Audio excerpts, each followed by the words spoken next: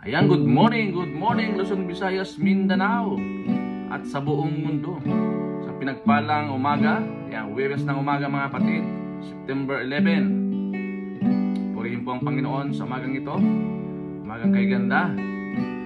Good morning na sa mga naka-online na mga kapatid. Ayan, purihin ng Diyos bago tayo mag-umpisa, tayo po ay umawit sa ating pong Panginoon. He is the center of it all. Hallelujah. Lord, we praise you. We glorify your name today, O Diyos. Pagharian kami ng Santong Espiritu. Ikaw po ang may taas, maluwalhati, Panginoon, sa umagang ito.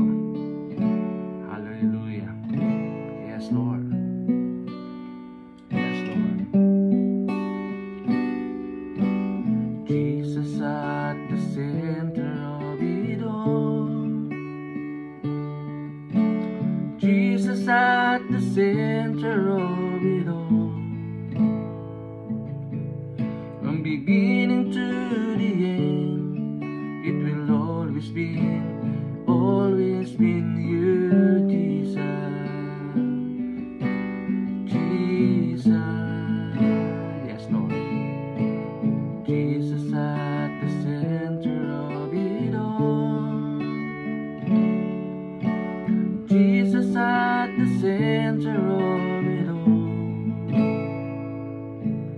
From beginning to the end, it will always be you, Jesus. Jesus, nothing else matters. Nothing in this world will do. Jesus, you're the center. Everything revolves around you. Jesus, you at the center of it all.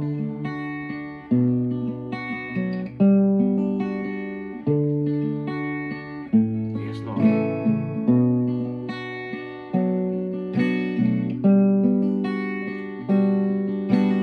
Jesus, be the center of my life. Jesus, be the center of my life.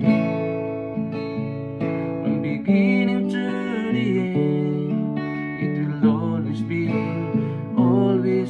you, Jesus. Jesus, nothing else matters. Nothing in this world will do. Jesus, you're the center. Everything revolves around you. Jesus, you. From my heart to the heaven, Jesus, be the center. It's all about you. Yes, it's all about you.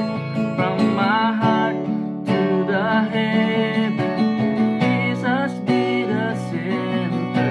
It's all about you. Yes, it's all about you. From my heart to the heaven, Jesus, be the center. It's all about you. Yes, it's all about you. Jesus, be the center of your church. Jesus, be the center of your church. In every knee will bow, in every tongue shall confess you, Jesus. Jesus,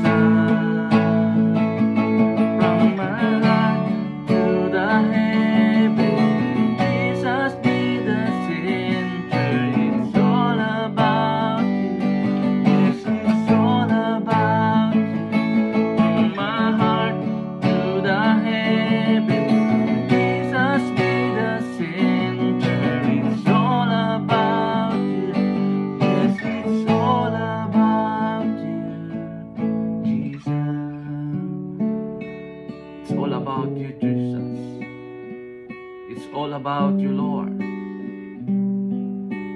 are the center of the Lord.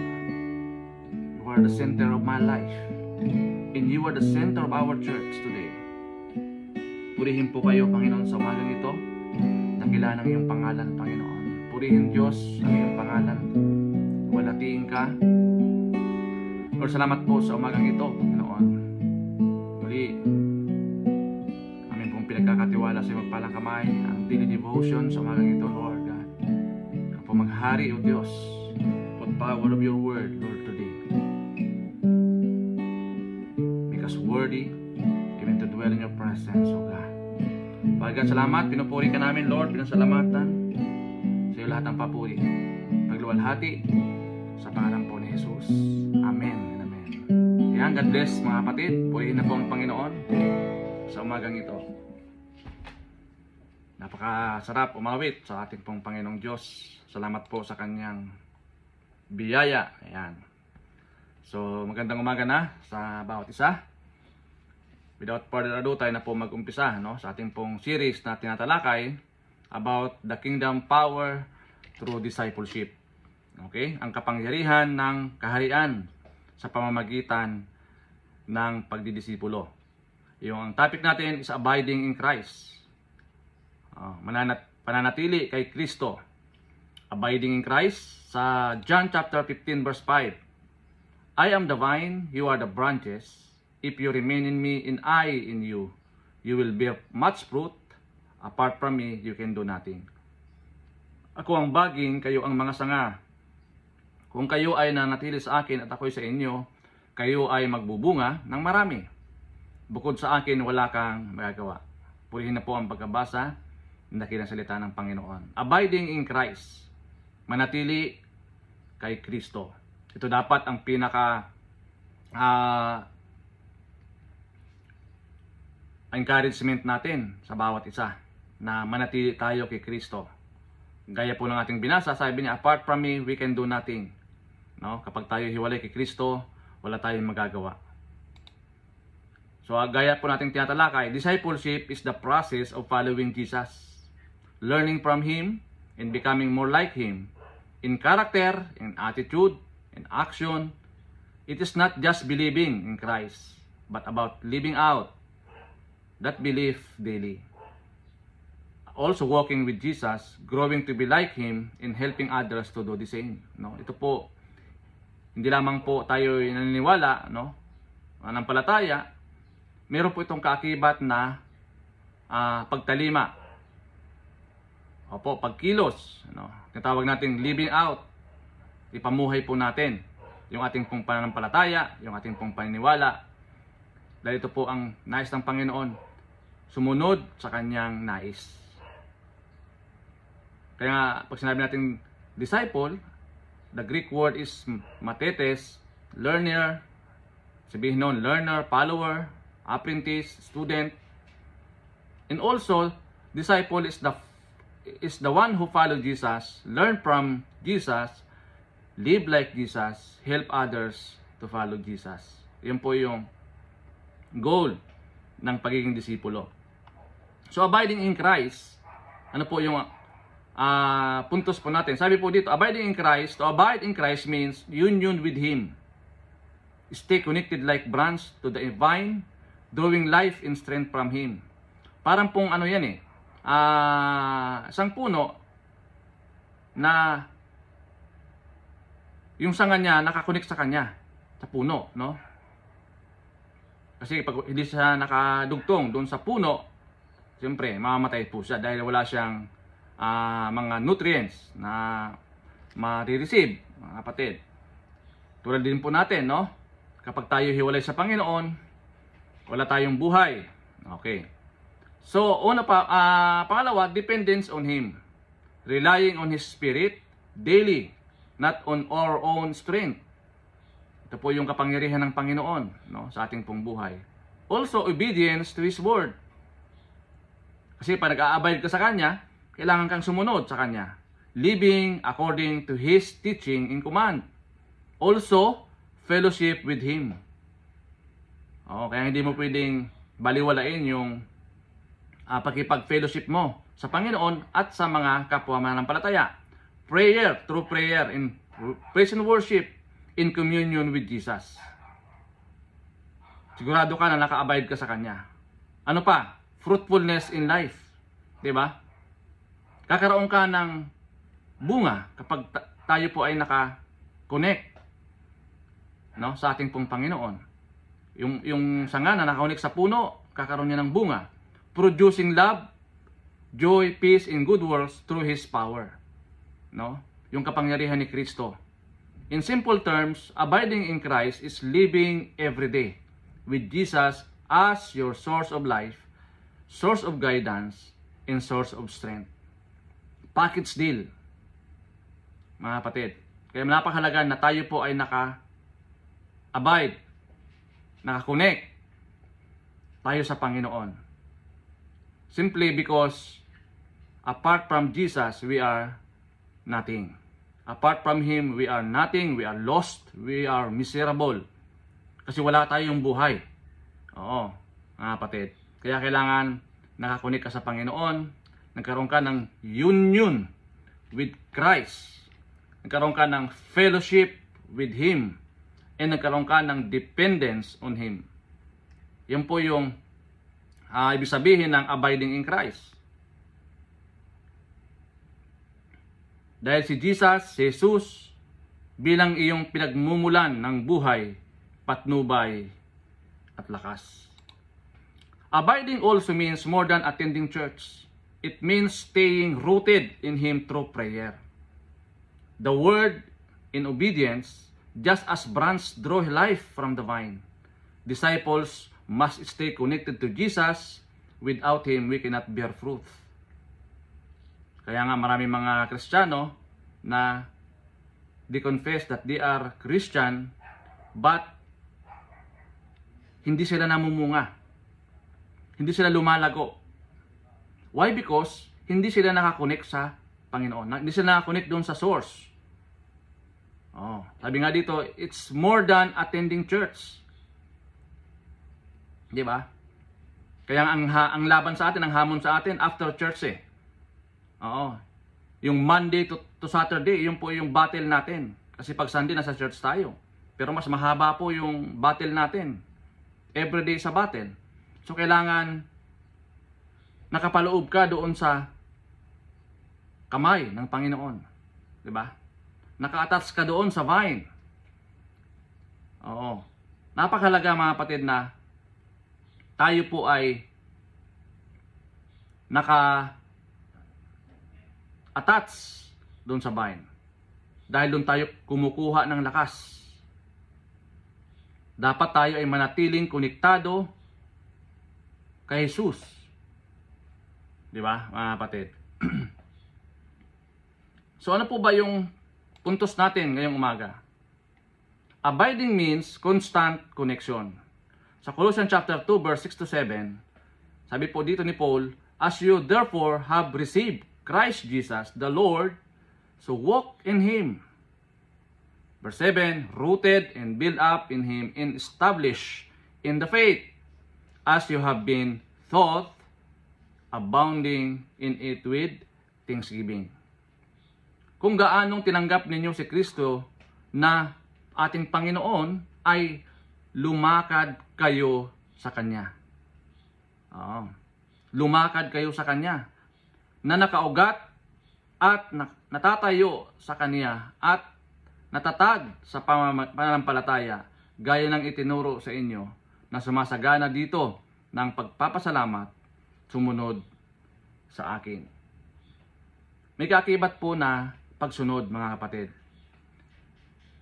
Kaya nga hindi sapat yung tinanggap mo lamang o narinig mo lamang. Kailangan lalakaran mo yung iyong pinanampalatanayan. Lalakaran mo yung iyong narinig. Lalakaran mo yung iyong tinanggap. Abiding means constant connection. Diba? Hindi dapat yan na napuputol o nababaliwala. Na ngayon konektado ka, bukas hiwalay ka na naman. Ngayon konektado ka, bukas hiwalay na naman. Hindi po ganon. Hindi po sala sa init, sala sa lamig. Hindi po, mga kapatid. Kailangan continuity, may continuity, tuloy-tuloy. No? Hindi napuputol. Mga kapatid. And number 2, apart from Christ, we are powerless. Malinaw po yung Philippians chapter 4 verse 13. I can do all things through Christ who strengthened me. Sabi ni Paul, nagawa ko ang lahat ng bagay sa pamamagitan ni Kristo na nagpapalakas sa akin. Kasi nga, si Paul, nakakulik siya sa ating pong Panginoon. Yung lakas na naggagaling sa kanya ay nagmula yon sa Panginoon. Si Lord ang nagbibigay sa kanya ng kalakasan. Diba? Diba napakaganda po nun mga kapatid? Na yung lakas natin ay nanggagaling sa Panginoon. Kaya apart from Christ, we are powerless. Kaya maraming mga Kristiyanong lulugo-lugo. Laging talunan. Kasi nga, hindi sila naka-abide, naka-connect. Hindi sila nananatili dun sa vine. Sila po ay hiwalay. Parang ano yan eh. Di ba sa fellowship, yung illustration natin dyan, yung mga baga. Di ba yung baga kapag nakaumpok-umpok yan, pagsama-sama yan mga yan, ay nagliliyab yan, nag-aapo yan, di ba? Pero once nang isa dyan mahihiwalay sa kapwa niya baga, unti-unti yang namamatay. Di ba mga kapatid? Apart from Christ, we are powerless. Kaya wala tayong ipagmamalaki, no? Oo mga kapatid. Ipagmalaki natin si Kristo sa ating buhay. Nagbigay sa atin ng kalakasan. Okay, number 3, abiding produces lasting fruit, no? Kailangan kasi yung fruits ay nananatili siya. Kakaroon siya ng lasting fruit. Diba? Kaya sabi ni David sa Psalm chapter 1 verse 2 to 3, but his delight in his law of the Lord, in his law he meditates day and night. He shall be like a tree planted of streams of waters that brings forth its fruit in season. Diba? Whose leaf also shall not wither, and whatever he does shall prosper. Why? Because naka-abide siya doon sa vine. May mga nutrients na na-absorb yung sanga, at ang tendency po niyan, mamumunga yan. At pag namumunga yan, mga kapatid, diba? Alam naman natin kapag hiktik sa bunga, meron pong production. Diba? Meron pong vitality. May buhay yung puno na yun. Kasi namumunga siya eh. Ganun po dapat sa atin. Diba mga kapatid? Doon po ang palatandaan ng isang tunay na Kristiyano ay naka-abide sa Panginoon kapag tayo po ay namumunga. Ibig sabihin namumunga, tayo po ay lumalago spiritually. Dapat tayo po naging mature. Hindi naging immature. O kaya bonsai. No? Matagal ka ng Kristiyano pero bonsai ka pa rin sa pananampalataya. Matagal ka ng Kristiyano pero lagi ka pa rin na-open. Diba? Ang ibig sabihin nito mga kapatid, yung lasting fruit na ito, kailangan tumatagal o tatagal yung prutas na yon sa iyo. Na kahit anumang mangyari, diba? Hindi ka natitinag, nagpapatuloy ka sa gawain ng Panginoon. So paano natin i-apply ang mga bagay na ito? Number 1, stay connected to Christ every day. Yung po ay hindi lamang ito dahilingan, kundi ito po ay panawagan. Na kailangan natin mag-stay connected to Christ every day. Kaya nga sabi natin kanina, yung meditation napakahalaga yun. Yung devotion napakahalaga yun. Gaya po ng ginagawa natin. No? Daily devotion ito. Kailangan natin naroon tayo lagi sa presensya ng Diyos. Nakakonect tayo sa kanyang vine. Kasi may vitality, no? Kapag nakakonect ka sa Panginoon. Stay connected to Christ every day. Every day, mga kapatid. Number 2, the more you abide, the more His life flows in you. Kaya nakita natin, di ba? Nanonotice natin ang mga kapatid na talagang tunay mayroong Kristo sa buhay, na kahit na may mga problema, masaya pa rin. Di ba? Na kahit na may mga ups and downs sa buhay, nakakuha pa rin ng ngumiti, magpasalamat sa Panginoon. Ganon po ang isang matured Christian. Kaya sabi dito, the more you abide, the more His life flows in you. Kaya nga minsan, depende talaga yan sa pagtitiwala natin sa Panginoon, ano?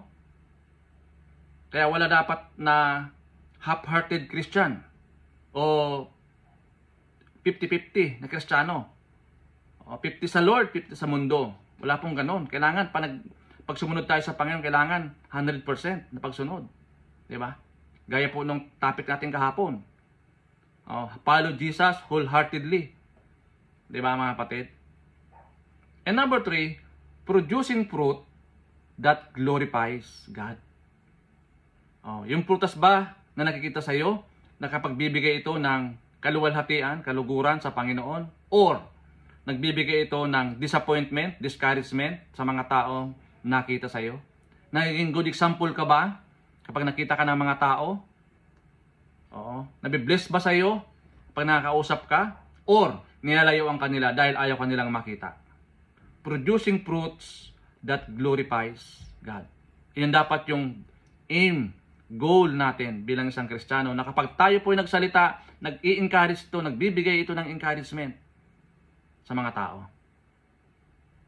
Hindi pag nakita ka, lumalayo na yung mga tao sa iyo. Di ba? Kailangan good influencer po tayo, mga kapatid. Kasi may impact ang bawat sinasabi natin. Dito po, pinoportray natin yung ating pong Panginoon sa buhay natin. Ng ating Diyos na sinasamba ay totoo, buhay. Kaya nga, ang kailangan lang natin ay dapat lagi tayong naka-connect sa Kanya. Stay connected to Christ every day.